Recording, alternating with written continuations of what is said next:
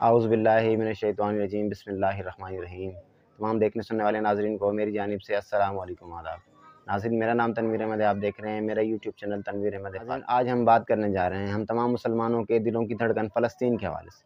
آج ہم بات کرنے جا رہے ہیں ہم تمام مسلمانوں کے قبلہ اول بیت المقدس کے حوالے سے۔ ہم بات کریں گے اسرائیل کی حقیقت کے حوالے سے۔ آج ہم بات کریں گے فلسطین کے حوالے سے۔ اسرائیل کو تسلیم کیوں نہیں کیا جاتا، اس حوالے سے ہمارے مسلم ممالک میں یہ گفتگو طویل عرصے سے جاری ہے۔ اس کے حقائق آج آپ کے سامنے لائیں گے۔ ہمارے مسلم ممالک کے کچھ لیڈران میں یہ گفتگو بہت عرصے سے جاری ہے کہ ہمارا اس جھگڑے سے کیا تعلق ہے، اسرائیل سے ہماری لڑائی کیا ہے، اسرائیل سے ہمارا اختلاف کیا ہے، اسرائیل کو ہم کیوں نہیں مانتے۔ اس قسم کے سینکڑوں لوگ ہیں جو لیبرل اور سیکولر ہیں، جو ہمیشہ اس بات پر اعتراض کرتے ہیں، جو دنیا میں مسلمانوں کی شناخت کو ختم کرنا چاہتے ہیں۔ یہ وہی لوگ ہیں جو مسلمانوں کی شناخت مٹانے کے لیے اسرائیل کی وکالت کرتے ہوئے مسلمانوں کی شناخت کو مسخ کرنا چاہتے ہیں۔ اسرائیل کی تاریخ آج سے 75 سال پہلے یعنی 14 مئی 1948 کو اس کے اعلان کے بعد شروع ہوئی۔ وہ لوگ جو اسرائیل کو تسلیم کرنے کی بار بار بات کرتے ہیں، وہ بھول جاتے ہیں کہ جب سے اسرائیل کا قیام ہوا تب سے لے کے آج تک فلسطین پر جس طرح سے اسرائیل کی افواج نے، اسرائیل کی حکومت نے مظالم ڈھائے، وہ سب کچھ بھول جانا چاہتے ہیں۔ اور وہ لوگ خاص طور پر اسرائیل کے قیام کے مقاصد اور اس کے پیچھے کون کون سی طاقتیں شامل تھیں، ان کے کیا مقاصد تھے، وہ سب چیزیں بھول جانا چاہتے ہیں۔ فلسطین پر اسرائیل کے مظالم 1948 سے لے کر اب تک جو جاری ہیں، ان سب کو یہ فراموش کر دینا چاہتے ہیں۔ سب سے پہلی بات کہ لوگوں کو ایک غلط بیانیہ ان کے ذہنوں میں پیوست کیا جاتا ہے، ذہنوں میں ڈالا جاتا ہے، ان کے ذہنوں کو بنایا جاتا ہے کہ دنیا میں دو ایسے ممالک ہیں جو مذہب کے نام پہ بنائے گئے۔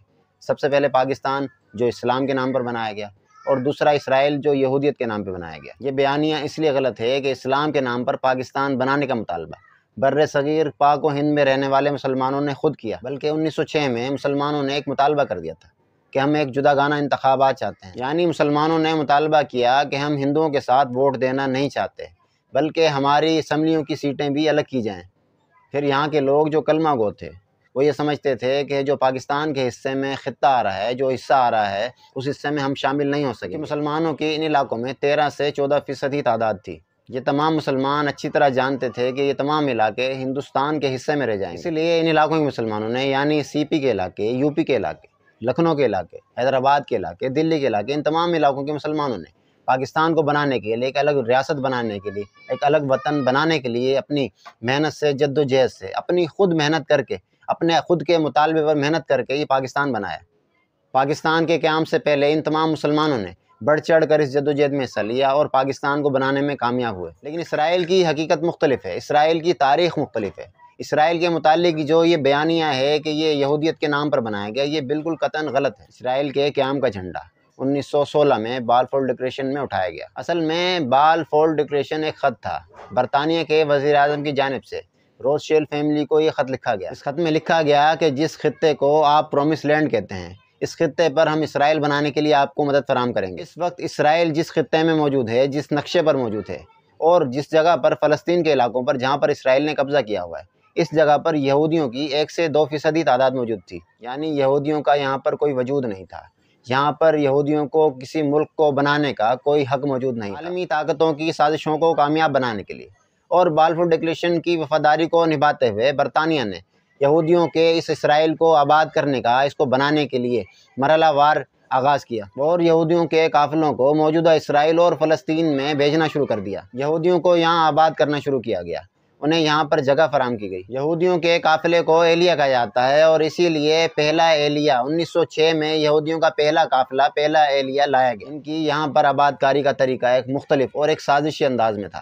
یعنی ایک شخص جو یہاں رہنے آیا، اس نے جگہ بنائی تو ایک تہہ خانہ بناتے تھے، اس تہہ خانے میں اپنے 4 سے 5 مسلح گارڈز وہاں پر ٹھہرائے جاتے۔ یہی عمل تمام یہودی جو بھی یہاں آتے گئے، اپنے ساتھ 4 سے 5 مسلح گارڈ اسی تہہ خانے میں رکھے جاتے، ٹھہرائے جاتے تھے۔ جس وقت 14 مئی 1948 کو جنگ شروع ہوئی تو اس وقت قائد اعظم محمد علی جناح نے اسرائیل کے متعلق کہا کہ یہ یورپ کا ایک ناجائز بچہ ہے۔ جرشیلم پبلک افیئر ریسرچ سینٹر میں ایک ریسرچ شائع کی گئی۔ اس ریسرچ میں قائد اعظم محمد علی جناح نے اسرائیل کے متعلق، اسرائیل کی اس جنگ کے متعلق، اس جنگ میں کیے جانے والے اقدامات کے متعلق ذکر کیا گیا۔ اس وقت قائد اعظم محمد علی جناح کی جانب سے اسرائیل کے خلاف جو اقدامات کیے گئے، اس کی تفصیلات لکھی گئی۔ یہ اس وقت کی بات ہے جب پاکستان کا قیام عمل میں آیا۔ اس وقت پاکستان کے معاشی حالات بہت زیادہ خراب تھے، پاکستان سنبھلنے کی کوشش کر رہا ہے۔ پاکستان میں اس وقت تک کوئی معاشی سرگرمی شروع نہیں ہوئی تھی۔ پاکستان اس وقت بہت کچھ سوچ رہا تھا۔ پاکستان کے معاشی حالات کو بہتر بنانے کے لیے بہت سارے مشورے ہو رہے تھے۔ اس کے باوجود بھی قائد اعظم محمد علی جناح نے اسرائیل کے خلاف مسلمانوں کے لیے، فلسطین کے لیے اہم اقدامات کیے۔ اس ریسرچ میں لکھا گیا کہ واشنگٹن میں قائم اسرائیلی سفارت خانے کو اطلاع ملی کہ پاکستان فلسطین کی مدد کے لیے آ رہا ہے اور ساتھ میں فوج کی ایک بڑی بٹالین بھی لے کر آ رہا ہے۔ اس وقت فوج نہ جا سکی کیونکہ فوج کا اس وقت کا جنرل گریسی تھا اور ہماری فوج اس وقت برطانیہ کی اعلیٰ کار تھی۔ قائد اعظم محمد علی جناح نے اس وقت اسرائیل سے جنگ لڑنے کے لیے عرب کو جیوسلاویہ سے 2.5 لاکھ رائفل خرید کر دی اور 3 جنگی طیارے اٹلی سے خریدے جو کہ مصر کو دیے گئے تاکہ اسرائیل کے خلاف جنگ لڑنے میں کام آ سکیں۔ ان ساری کوششوں کے باوجود بھی اسرائیل وہاں پر آ کر جنگ جیت کر قابض ہو گیا۔ اگر اس ریسرچ سے یہ بات ثابت ہوتی ہے کہ قائد اعظم محمد علی جناح بھی یہودیوں کے خلاف، اسرائیل کے خلاف تھے۔ قائد اعظم محمد علی جناح نے اسرائیل کے خلاف جنگ لڑنے کے لیے 2.5 لاکھ رائفلیں، 3 جنگی طیارے عرب کو اور مصر کو دیے تاکہ فلسطین کے حق میں جنگ لڑی جا سکے، اسرائیل کو ہرایا جا سکے، کفر کا خاتمہ ہو، یہودیوں کو ہرایا جا سکے۔ جس طرح سے عالمی طاقتوں کی سازش کے تحت یہودیوں کو اسرائیل کی شکل میں فلسطین میں لا کر آباد کیا گیا، یہ بھی عالمی قوانین کے مکمل خلاف تھا۔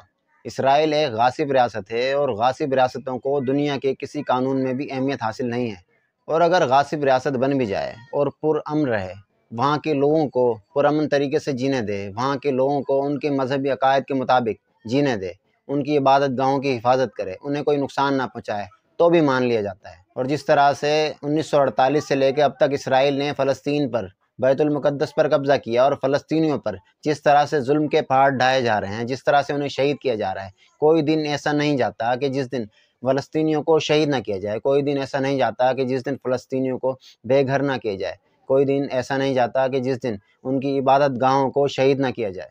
اللہ پاک نے قرآن پاک کی سورہ مائدہ میں یہودیوں کی دوستیوں کے حوالے سے فرمایا، ترجمہ: تم اہل ایمان کی دعوت میں سب سے زیادہ سخت یہود و مشرکین کو پاؤ گے اور دوستی کے قریب ترین ان لوگوں کو پاؤ گے جو کہتے ہیں کہ ہم نصارہ ہیں، یعنی عیسائی۔ اللہ پاک نے سورہ مائدہ میں ایک اور جگہ فرمایا، اے ایمان والو، یہود و نصارہ کو اپنا دوست نہ بناؤ، جس نے انہیں دوست بنایا وہ ان میں سے واضح ہو گیا کہ اللہ پاک کی کلام پاک قرآن پاک میں بھی یہودیوں سے دوستی سے منع کیا گیا۔ 57 مسلم ممالک، 55 لاکھ فوج، ایٹمی قوت اور تمام تر وسائل کے باوجود بھی حیرانگی کی بات ہے کہ ایک چھوٹا سا ملک پوری مسلم امت کو آنکھیں دکھاتا ہے۔ کیا ہمیں اخلاقی طور پر بھی، کیا ہمیں غاصبانہ قبضے کے طور پر بھی، کیا ہمیں اتنے ظلم اور بربریت کے خلاف بھی، کیا ہمیں اسرائیل سے تعلقات رکھنے چاہیے؟ کیا ہم اب اتنے بے ضمیر ہو چکے ہیں کہ اسرائیل سے تعلقات رکھیں؟ جو لوگ کہتے ہیں کہ اسرائیل سے تعلقات قائم کیے جائیں، کیا کوئی وہ ایک وجہ بتا سکتے ہیں، کوئی ایک ایسا فائدہ بتا سکتے ہیں کہ جس سے اسرائیل سے تعلقات رکھنے سے